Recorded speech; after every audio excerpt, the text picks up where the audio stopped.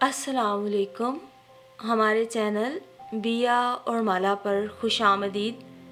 اگر آپ ہمارے اس چینل پر پہلی دفعہ آئے ہیں یا آپ نے ابھی تک سبسکرائب نہیں کیا تو بیا اور مالا کو سبسکرائب کرنا نہ بھولیے. وہ خاموشی سے آٹا گوندنے میں مصروف تھی. اپنے مسلسل بہتے ہوئے آنسو اس نے اپنے چھوٹے سے میلے دوپٹے سے پونچھ ڈالے تھے. آٹے میں پانی زیادہ پڑ چکا تھا اور اب وہ پتلا ہو کر اس کے ہاتھوں سے چپک رہا تھا. اس نے ڈبے سے مزید آٹا نکال کر پتلے آٹے پہ چھڑکا اور دوبارہ سے اسے گوندنے میں مصروف ہو گئی. آج پھر اسے اماں سے ڈانٹ پڑی تھی، وہ بھی شمیم اور حمیدہ کے سامنے. وہ دونوں تو اسے ڈانٹ کھاتا دیکھ کر چپکے سے کھسک لی تھی، مگر زینب کا شرمندگی سے برا حال تھا. اماں کی ڈانٹ صرف ڈانٹ نہیں ہوتی تھی بلکہ گالیوں کا پورا مجموعہ ہوتا تھا، اور یہی بات اسے شرمندہ کر گئی تھی. بھلا گالیاں دینے کی ضرورت کیا تھی؟ چاہے جتنا بھی ڈانٹ لے، مگر کیا کہا جائے، اس کی ماں ایک جاہل عورت تھی. لڑکوں کو پیٹنا اور اکلوتی بیٹی کو تھپڑوں کے ساتھ گالیوں سے نوازنا وہ اپنے ماں ہونے کا حق سمجھتی تھی. دونوں لڑکے تو پیٹ پیٹ کے ڈھیٹ ہو چکے تھے اور اب اماں کے قابو سے باہر تھے. ماں ان کو مارنے دوڑتی تو وہ بجلی کی تیزی سے گھر سے باہر بھاگ جاتے، اس لیے ان کا غصہ بھی اب زینی پہ ہی اترنے لگا. زینب صرف 11 برس کی تھی اور اپنے سرکاری اسکول سے تھکی ہاری آنے کے بعد وہ کولو کے بیل کی طرح گھر کے کام میں جٹ جاتی تھی. اماں دوپہر کا کھانا تیار کر کے رکھ دیتی تھی جسے وہ خود ہی نکال کے کھا لیتی. البتہ بھائیوں کو اماں اپنے ہاتھ سے کھانا نکال کر دیتی. پھر جس دن گوشت پکا ہوتا اس دن تو خاص کر اچھی اچھی بوٹیاں بھائیوں ہی کے حصے میں آتی. اماں خوب چھانٹ چھانٹ کر انہیں بوٹیاں دیتی، باوجود اس کے کہ وہ دونوں بہت پٹتے اور ڈانٹ کھاتے. زینی کو صاف محسوس ہوتا تھا کہ اماں ان سے پیار بھی زیادہ کرتی ہے. اکثر پٹائی کے بعد اماں ان کو پیسے دیتی کہ وہ باہر سے کچھ خرید کے کھا لے. پیسے اسے بھی دیتی تھی مگر بھائیوں کو وہ دلار بھی کرتی جو زینب کے حصے میں نہ ہونے کے برابر آتا. کبھی دھیرے سے پیٹ تھپک دی اور بس. وہ ماں کے لمس کو ترستی تھی اور اپنے ہوش میں اس نے کبھی خود کو اماں کے قریب نہیں پایا تھا. پھر بھی وہ عادی نہیں ہو پائی تھی اور ہر وقت اماں کی توجہ حاصل کرنے کی جستجو میں لگی رہتی تھی. زینب کا باپ 2 سال پہلے بیمار ہو کے چل بسا تھا. اماں کو پینشن ملنے لگی اور 2000 دکان کا کرایہ آتا، اسی سے گھر کا خرچہ چلتا. بھائیوں کو اماں نے پرائیویٹ اسکول میں داخل کرایا ہوا تھا. جب ابا زندہ تھے تو زینب بھی بھائیوں کے اسکول میں ہی پڑھتی تھی، مگر ابا کے اس دنیا سے جانے کے بعد اماں نے اسے سرکاری اسکول میں داخل کروا دیا تھا. اس سے سب سہیلیاں چھوٹ گئیں. اسے سخت افسوس ہوا. خیر، سہیلیوں کا کیا ہے، وہ تو نئے اسکول میں بھی بن گئی، مگر اسے اس ناانصافی کا بہت رنج ہوا جو بھائیوں کو اس پہ سبقت دے کر کی گئی. اسکول کی وہ ایک اچھی طالبہ تھی، ساری ثانیہ اسے پیار کرتی تھی. گھر کی بے توجہی کی وجہ سے اب وہ ہر ایک کی توجہ حاصل کرنے کی کوشش میں زیادہ سے زیادہ اچھے کام کرتی، مگر اسے سب سے زیادہ توجہ اماں کی چاہیے تھی. زینب بہت چھوٹی تھی، شاید 4-5 برس کی، جب اماں اپنے ہاتھوں سے اسے تیار کر کے اسکول بھیجا کرتی تھی. اسے کپڑے پہناتی، چوٹی باندھتی اور موزے تک خود پہناتی. مگر جیسے جیسے وہ بڑی ہوتی گئی اماں تھکتی گئی، اسے بھی اماں پہ ترس آنے لگا. سو اس نے گھر کے کاموں میں اماں کا ہاتھ بٹانا شروع کر دیا اور پتہ نہیں کب گھر کے تمام چھوٹے اور بڑے کام زینب کے نام کر دیے گئے. اس کی عمر کی کوئی بھی لڑکی اتنے کام نہیں کرتی تھی. اماں پھر بھی جانے کیوں اس سے دور ہوتی گئی. شاید اماں نے بھی زینی کو اب ایک مکمل با اختیار عورت ہی سمجھ لیا تھا. پھر ابا کے مرنے کے بعد اماں معاشی فکروں میں الجھ کر اور بھی چڑچڑی ہو گئی تھی. ہر وقت غصہ ناک پہ دھرا رہتا. اور ابھی کچھ دیر پہلے ہی تو شمیم ان کے گھر آئی تھی اور پالک کاٹتی زینب کو ٹہوکا مارتے ہوئے کہا تھا، زینی آؤ برف پانی کھیلیں. اس سے پہلے کہ زینی جواب دیتی اماں آ گئی. زینی کہیں نہیں جا رہی، تو جا شمیم. 10-11 برس کی ہو گئی ہو، ابھی تک گلی میں کھیلتی ہو. اب گھر میں رہا کرو، تمہاری اماں منع نہیں کرتی. نہیں تو خالہ، اماں تو کہتی ہے کچھ سال اور ہے کھیل لو، پھر گھر بیٹھ کے گھر ہی سنبھالنا ہے. شمیم نے ہنس کر کہا. اے لو بھائی واہ، اچھا سبق پڑھایا تمہاری اماں نے. ٹھیک ہے بھائی ٹھیک ہے، تو پھر لے جاؤ زینی کو. शमीम ने उम्मीद भरे लहजे में कहा। नहीं, बिल्कुल नहीं, अभी इसे आटा भी गूंदना है और बतेरे काम पड़े हैं, चलो तुम जाओ। शमीम मायूस होकर बुरा सा मुंह बनाकर चली गई थी और फिर ज़ैनब ने पालक काट कर छलनी में डाला, नल पर धोने बैठ गई। अच्छी तरह सारी मिट्टी निकाल कर उसने अम्मा को बावर्ची खाने में दिया और जाकर रस्सी पर से कपड़े उतारने लगी। आज उसका दिल बहुत था कि वो बाहर शमीम और हमीदा के साथ बर्फ पानी खेले। कपड़े उतार कर वो कमरे में ले आई और तह करके अलमारी में रखने लगी। कपड़े रख के संघाड़ मेज के सामने आ खड़ी हुई। बाल बिखरे हुए थे, उसने प्लास्टिक का कंघा उठाकर बाल संवारने शुरू कर दिए।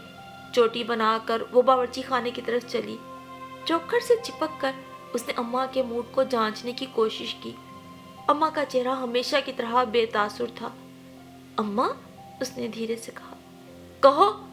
अम्मा, थोड़ी देर के लिए बाहर चली जाओ। अम्मा ने गुस्सीले अंदाज से मुड़कर उसे देखा और फुनकारी। बड़ी बेगैरत है तू, मेरी बात तेरी समझ में नहीं आई, जूते से समझाऊं क्या? अम्मा, सिर्फ थोड़ी देर के लिए। बेगैरत कहीं की कमीनी, बड़ी उछाल चक्का है तू, दफान हो जा, वरना वो जूते मारूंगी कि जिंदगी भर याद रखेगी।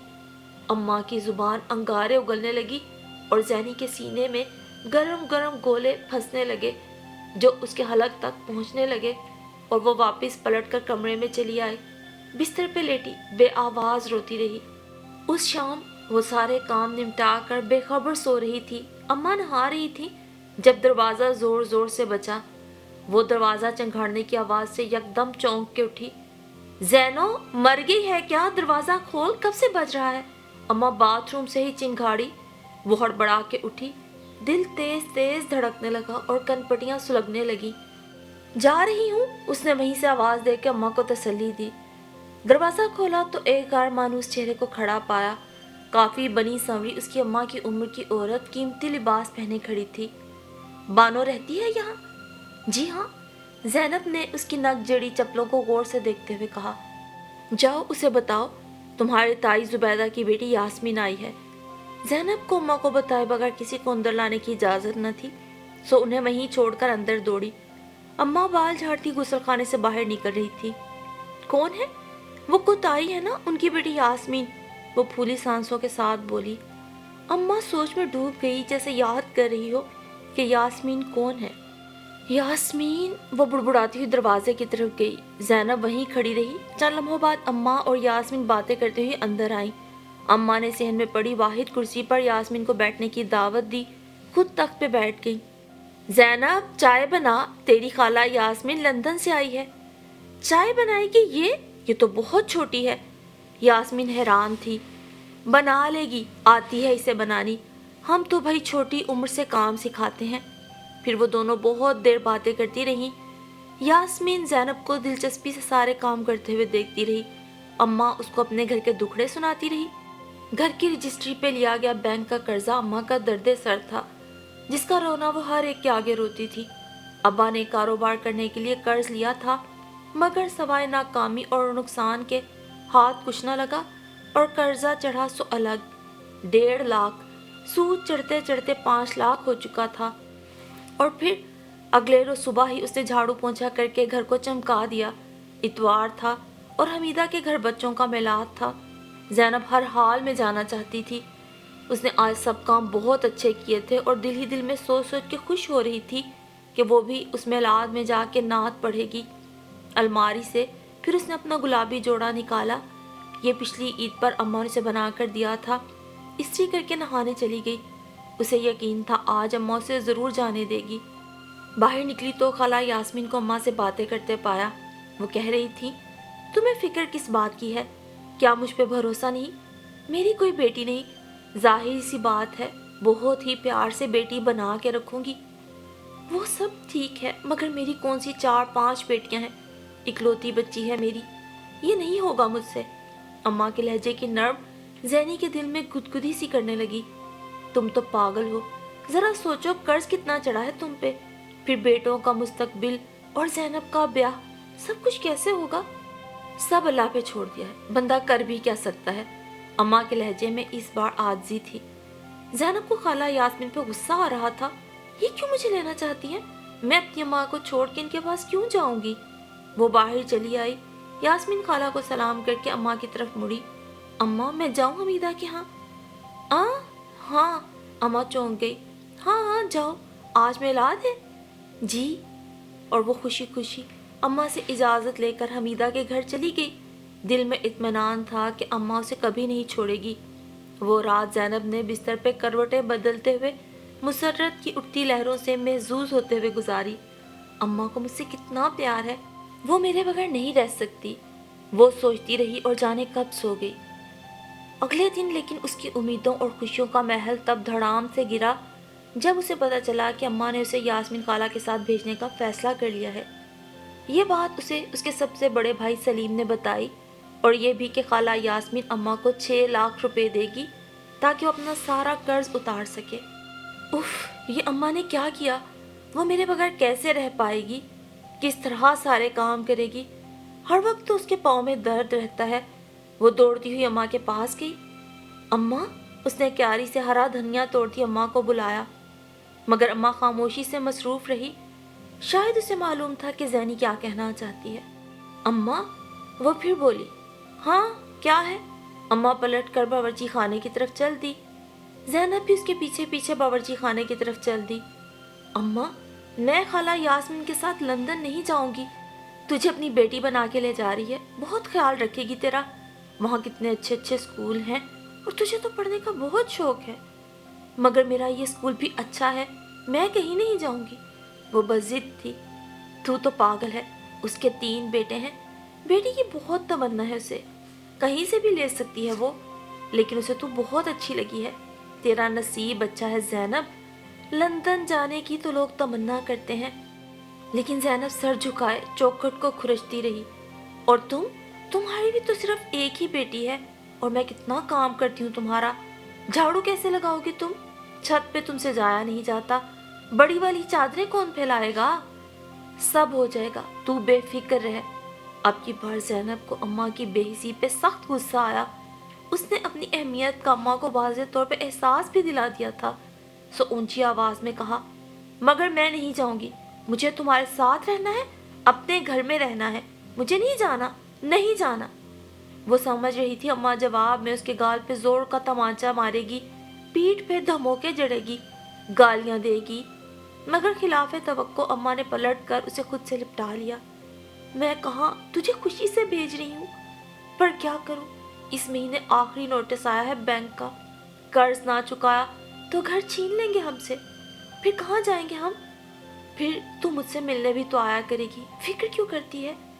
زینو اماں کے لمس کو پا کر چند لمحوں کے لیے سب کچھ بھول گئی، اور پھر اپنے بچپن کا یہ گہرا دکھ جسے وہ جھیل نہیں پا رہی تھی، اماں کی قربت اس پہ تھوڑی دیر کے لیے حاوی ہو گئی۔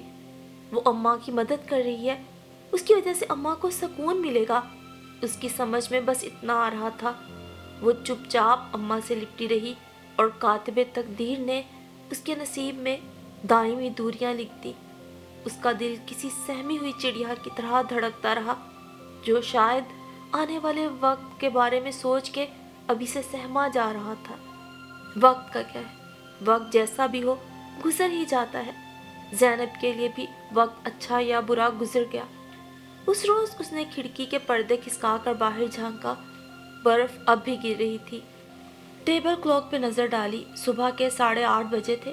باہر ہر چیز سفید ہو رہی تھی، بوگن ویلا کی گلابی پھول برف سے چھپ گئے۔ اسے سفید برف کی یہ چادر بہت بری لگی تھی۔ جب زندگی رنگوں سے مبرہ ہو جائے تو ہر چیز کتنی تکلیف دہ اور بے کیف لگتی ہے۔ بے دلی سے پردہ گرا کر وہ کچن میں چلی آئی۔ اس وقت چائے کی شدید طلب ہو رہی تھی۔ ٹی بیگ کا ڈبہ کھولتے ہوئے اسے نینسی کا خیال آیا۔ کل اس کی سالگرہ ہے، اسکول کی سب سے پیاری بچی۔ چائے کی گرم سنہری بھاپ نے اسے نینسی کی نرم گرم دھوپ جیسی رفاقت کا احساس دلایا۔ تو زینب عرفان، یہ بات سچ ہے کہ تم اب بھی اپنی ذات کے حصار میں قید ہو؟ تو کیا اسی لیے نینسی تمہیں بہت اچھی لگتی ہے، کیونکہ اس کی زندگی کی کہانی تم سے ملتی جلتی ہے؟ وہ بھی کسی کی لے پالک بچی ہے، بالکل تمہاری طرح۔ تم بھول نہیں پائیں وہ سب کچھ جو تم نے سہا، تمہیں سہنے پہ مجبور کیا گیا۔ تم یہ ڈیزرو تو نہیں کرتی تھی، تم تو انتہائی فرما بردار، صلح جو اور قابل تھی۔ तुम्हारी ज़ात से कभी किसी को कोई तकलीफ नहीं पहुंची, फिर भी। चाय का कप धोकर उसने वापस उसी जगह पे रख दिया और कमरे में आकर अलमारी से ब्राउन ट्राउज़र और ऑफ वाइट शर्ट निकाली, अपने खुले बालों को समेटा और चेंज करने चली गई। उसे 10 बजे हुमायूं से ब्रेकफास्ट में मिलना था।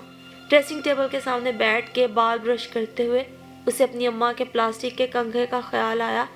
जब अम्मा उसकी चोटी बनाया करती थी, बाल बहुत खींचते थे, मगर वो दम साधे बैठी रहती थी। ज़रा सा हिलने पर अम्मा पीठ पे धमोका लगाती थी।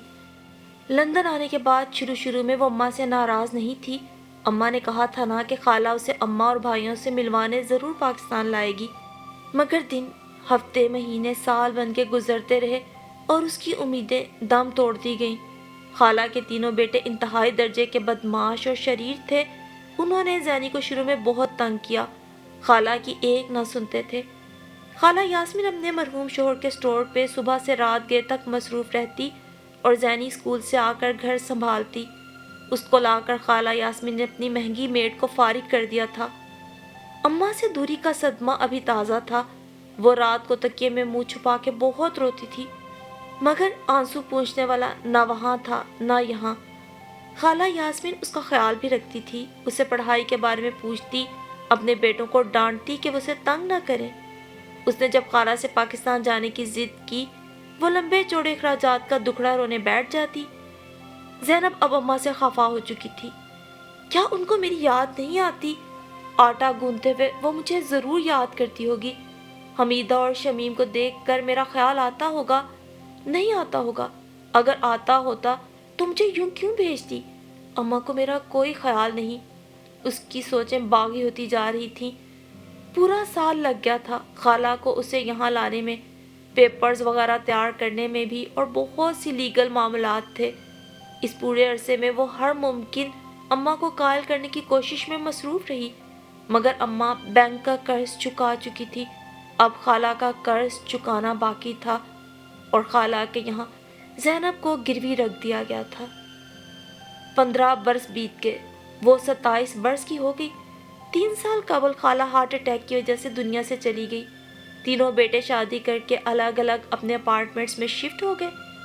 आखिरी वक्त में वही खाला के पास थी। ये अपार्टमेंट खाला ने उसके नाम कर दिया। स्टोर पे बेटों का कब्जा था जिसे वो बेच के हज़म कर चुके थे। आखिरी वक्त में उसने खाला की बहुत खिदमत की और अम्मा पर उनका सारा कर्ज चुका दिया। वो खुद अब एक स्कूल की टीचर थी और यहाँ हुमायूं उसका वाहिद दोस्त था जिससे उसकी सिटी लाइब्रेरी में अक्सर मुलाकात होती रहती थी। पास रखे सेल फोन की घंटी ने उससे माजी की यादों से एकदम चौंकाया। हाँ बोलो हुमायूं। और जवाब ने हुमायूं गुनगुनाया, दिल में एक लहर सी उठी है अभी, कोई ताज़ा हवा चली है अभी। और ज़ैनी को लगा जैसे पूरा माहौल गुनगुना उठा हो। उफ, जिंदगी की हलचल, वो ऐसा ही है। उससे जब भी मिलो या बात करो यूँ लगता है जैसे ज़िंदगी कान में सरगोशियाँ कर रही हो या फिर रंगो बू का सैलाब उमड़ आया हो। दिल की लहरों को काबू में रखो, मैं 10 बजे तक पहुँचती हूँ। पता है जनाब कि आप वक्त की पाबंद खातून हैं, लेकिन मैंने सोचा छुट्टी का दिन है, हो सकता है नींद के मज़े लूट रही हों और मैं यहाँ दी ढाबा में बैठा अवतार सिंह को पूरियाँ तलते सिर्फ देखूंगा। देखो जल्दी पहुँच जाना, तुम्हें मालूम है कि सुबह की भूख मुझसे बर्दाश्त नहीं होती। पता है मिस्टर पेटू, फ़ोन रखो, पहुँचती हूँ। ज़ैनब मुस्कुरा के बोली, ओके सी यू। फ़ोन रखकर उसने जल्दी से बाल क्लिप किए और कुर्सी की पुष्ट पे पड़ा स्कार्फ सर पे बांधा। अब वो तैयार थी। बैग उठाकर उसने साइड बोर्ड से घर की चाबियां उठाकर बैग में डाली और दरवाजे की तरफ कदम बढ़ा दिए। हुमायूं हस्बे मामूल आधा घंटा पहले से उसका मुंतज़िर था। उसे उसकी ये बात बहुत पसंद थी। वो वक्त पे पहुंचने की कोशिश में वक्त से पहले पहुंच जाता था। उसने ब्लू जीन्स पर ज़ैनब की दी हुई हल्की गुलाबी शर्ट पहन रखी थी। ज़ैनब को दूर से आता देखकर हुमायूं ने अवतार सिंह को आवाज़ें लगाना शुरू कर दी। नाश्ते के दौरान भी ज़ैनब के चेहरे की संजीदगी को हुमायूं ने भांप लिया। क्या बात है, इतनी चुप क्यों हो? नहीं तो मैं ज़्यादा कब बोलती हूँ, तुम ही काफ़ी हो। अच्छा तो मेरा बोलना बुरा लगता है तुम्हें? उसके लहजे में साफ बनावट थी। जानते बूझते ऐसी बातें। फिर क्या सोचा? वो एकदम संजीदा हो गया। ज़ैनब चुप रही। उसे मालूम था वो किस बारे में पूछ रहा है। गुज़िश्ता 6 माह से हुमायूं उससे बज़िद था कि उसे पाकिस्तान जाना चाहिए, अपनी अम्मा और भाइयों का हाल अहवाल जानना चाहिए। बोलो भाई, मैं कुछ पूछ रहा हूँ। कुछ नहीं सोचा फ़िलहाल। खाओ तो। रुक क्यों गई? बस हो गया, वैसे भी इतना हैवी नाश्ता मुझसे नहीं होता, अब शाम तक भूख नहीं लगेगी।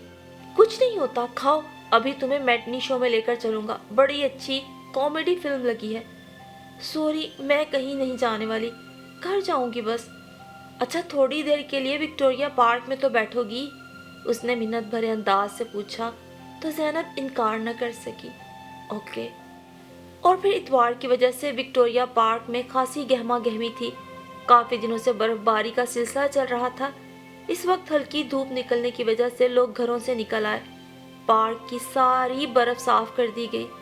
घास गीली थी और सर्दी की शिद्दत में कई गुना इजाफा हो चुका था। ज़ैनब अपना ओवरकोट पहन चुकी थी। हुमायूं के कहने पे उसने ग्लव्स भी पहन लिए थे। दोनों बेंच पे खामोश बैठे थे, झूलों पर खेलते बच्चों को देख रहे थे। जिंदगी मुतहर्रक थी। क्या सोच रही हो? हुमायूं ने पूछा। कुछ नहीं। फिर इतनी खामोश क्यों हो? नहीं तो ऐसी कोई बात नहीं, बस गुजरते वक्त के बारे में सोच रही हूँ कि कितनी जल्दी गुजर गया। एक बार तुम अपने मुल्क जाकर सबसे मिलोगी ना, तो तुम्हारे दिल पे जमी सारी बर्फ पिघल जाएगी, चाहे वहाँ मेरे लिए कुछ भी अच्छा ना हो। ये तुम कैसे कह सकती हो ज़ैनी? सब तुम्हारे अपने हैं वहाँ। हुमायूं आज फिर बज़िद था। मगर हुमायूं सब अपनी अपनी जिंदगियों में मगन, खुश। अम्मा के बेटे, बहुएं, पोते पोतियाँ और घर। वो और ज़्यादा उदास हो चुकी थी। तो फिर क्या हुआ? तुम भी उन्हीं का हिस्सा हो, तुम अलग तो नहीं। मैं अलग नहीं हूँ, पर अलग कर दी गई हूँ। और फिर कुछ तो हुमायूं की जिद, कुछ अपने दिल के हाथों मजबूर होकर ज़ैनब ने वो फैसला कर लिया जो उसे बहुत मुश्किल लग रहा था। आज जहाज पाकिस्तान लैंड करने जा रहा था। खिड़की से छोटे छोटे मकान, मटियाली ज़मीन, सुरमई सड़कें नजर आने लगे थे। उसने एक गहरी सांस खींची, जैसे किसी मानूस खुशबू को महसूस करके अपने अंदर उतार लेना चाहती हो। कस्टम क्लियरेंस के बाद वो एयरपोर्ट से बाहर निकलकर चुपचाप खड़ी थी। बहुत से लोगों को लेने और रुखसत करने आए हुए थे, मगर वो अकेली थी। 15.5 बरस पहले भी कोई उसे छोड़ने नहीं आया था, और आज तो ऐसा मुमकिन ही नहीं था। जून की तेज धूप आंखों में चुभ रही थी, मगर उसने अपने स्याह शीशों की ऐनक नहीं लगाई। वो हर शय को उसकी असल शक्ल सूरत में देखना चाहती थी। ज़ैनब धीरे धीरे चलती हुई नीम के घने दरख्त तक जा पहुंची। कुछ देर वहां खड़े रहने के बाद उसे एहसास हुआ कि उसका वहां इस तरह अकेले खड़े रहना मुनासिब नहीं। वो भूल गई थी ये लंदन नहीं है। इस ख्याल के आते ही उसने फौरन एक टैक्सी रोकी, और अब वो महवे सफ़र थी। वहाँ क्या होगा, किसी को मेरे आने का कुछ पता नहीं। वो चाहती तो घर के पते पे खत लिख सकती थी, मगर वो नहीं चाहती थी। उसने इतने अरसे में कभी ऐसा नहीं किया था। वो ऐसा कैसे करती, और किसके लिए? ज़ैनब चश्मे तसव्वुर से देखने लगी। दरवाज़ा 2 बार खटखटाने पे खुलता है, और फुटबॉल आकर सीधी उसकी टांग पे लगती है।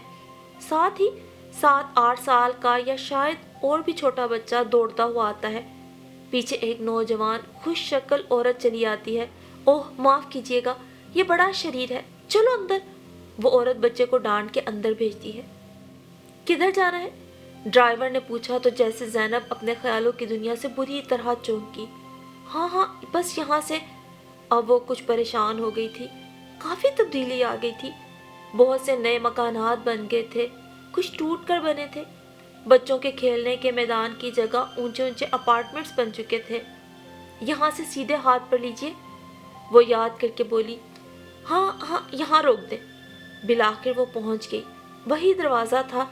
उसे अपने भाइयों पे गुस्सा आया। जब वो गई थी तब भी इस दरवाजे की हालत कुछ अच्छी ना थी। अब तो बिल्कुल आसारे कदीमा का नमूना लग रहा था। दोपहर का वक्त होने की वजह से गली सुनसान थी।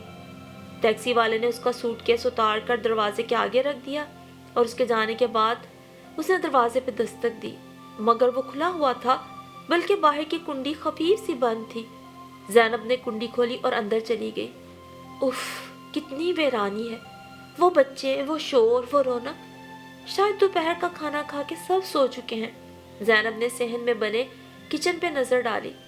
किसी शय से ऐसा महसूस नहीं होता था कि यहाँ लोग बसते हैं। अम्मा की लाडली क्यारियां उजड़ चुकी थी। कड़ी पत्ते का पेड़ सूख कर अपनी बेबसी का रोना रो रहा था। सहन में जो तख्त पड़ा रहता था वो सिरे से गायब था। एक चारपाई पड़ी थी जिस पर चादर तकिया कुछ न था। सूखे पत्तों और कचरे का ढेर अलग माहौल की सोगवारी में इजाफा कर रहा था। उसने झुककर कुछ उठाया। किसी दवा का खाली रैपर था। ज़ैनब कमरे की तरफ बढ़ी। उसका दिल धड़क रहा था। हाँ, वही सहमी चिड़िया की तरह वो दिल में आने वाले अंदेशों से खौफजदा थी। क्या हुआ है ये सब? कमरे में दाखिल होते ही उसकी नज़र सबसे पहले अम्मा पर पड़ी। वो करवट लेकर लेटी हुई थी मगर सो नहीं रही थी। दोनों की नज़रें एक ही वक्त में टकराईं और ज़ैनी के कदम जैसे पत्थर के हो गए। अम्मा ने बमुश्किल उठकर उसकी तरफ गौर से देखा। कौन हो बेटी? मैं। ज़ैनी? हाँ अम्मा। वो आगे बढ़ी और अम्मा से लिपट गई। अम्मा रो रही थी, वो भी रो रही थी। संग दिली और सर्द मोहरी दिखाने के सारे मंसूबे खाक में मिल गए थे। मेरी बेटी आ गई, मेरी ज़ैनी आ गई। अम्मा की आवाज़ रिंध रही थी। सब कहाँ है अम्मा? वो कुछ संभल कर बोली। सब चले गए बेटी। सलीम दुबई चला गया। मैंने बहुत रोका मगर नहीं रुका। फिर नईम भी उसके पीछे चला गया, मुझसे झगड़ा करके गया। वो कहाँ गया? वो लाहौर चला गया अपनी बीवी के साथ। अब वहीं रहता है। कहता है वहाँ से अमेरिका चला जाएगा। पता नहीं कहाँ जाएगा।